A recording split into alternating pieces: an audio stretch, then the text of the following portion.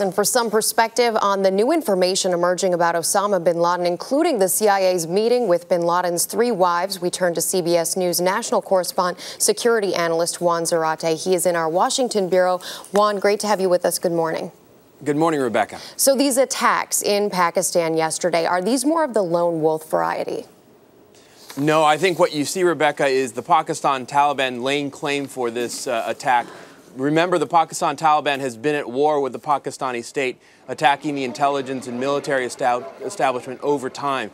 And so this is part of that ongoing battle. But clearly they use this opportunity to claim that it's a revenge attack. And I think you're going to see more of these in the future. The question is, will we see more of them here in the United States? A number of American cities have beefed up their security. Do you anticipate this is something that is going to come from overseas and come here home? Well, I don't see any evidence of it yet, but it's certainly something counterterrorism officials are worried about. They're worried about 2 things, Rebecca. First, al-Qaeda or organized attacks that may be accelerated as a result of bin Laden's death, revenge attacks like we just saw in Pakistan. Secondly, lone wolf attacks, individuals who may not be connected directly to al-Qaeda, who are inspired or emotional after bin Laden's death and will attack fellow citizens. So counterterrorism authorities are on the lookout for those types of attacks. The U.S. has had one opportunity to interview bin Laden's 3 wives. They didn't get much out of it. They will be going back to the drawing board on that. Do you anticipate there's any kind of information, any kind of intelligence we could obtain from that? Well, frankly, Rebecca, I don't think so. I think, it's not realistic to expect that bin Laden's wives are going to like or trust American interrogators across the table.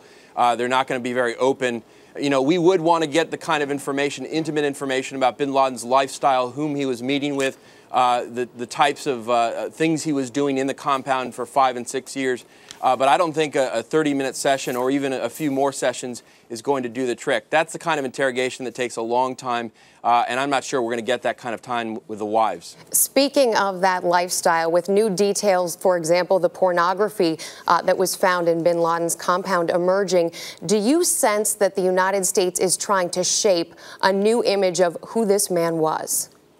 Absolutely. I think the United States, in the information it's getting out about bin Laden's compound, about his lifestyle, is trying to reshape the image of this once heroic figure.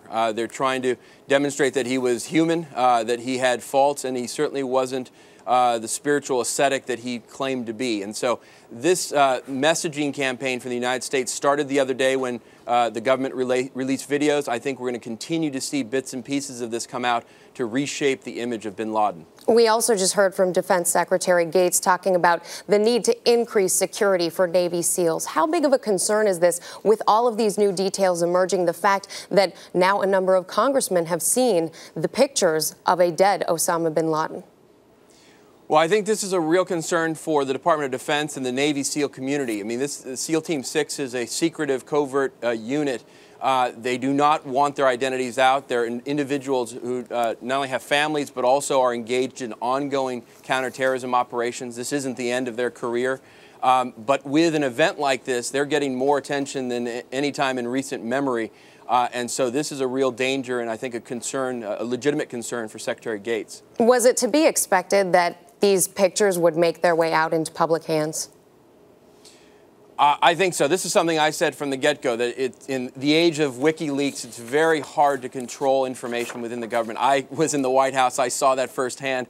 It's very hard to control things from getting out of the government, even if you try very hard. And so I think the administration is going to have to reshape the narrative as these images come out, and I think they're going to try to control the message, but it's hard to do in the age of WikiLeaks. Juan Zarate, we appreciate it. Great analysis. Thanks, Rebecca.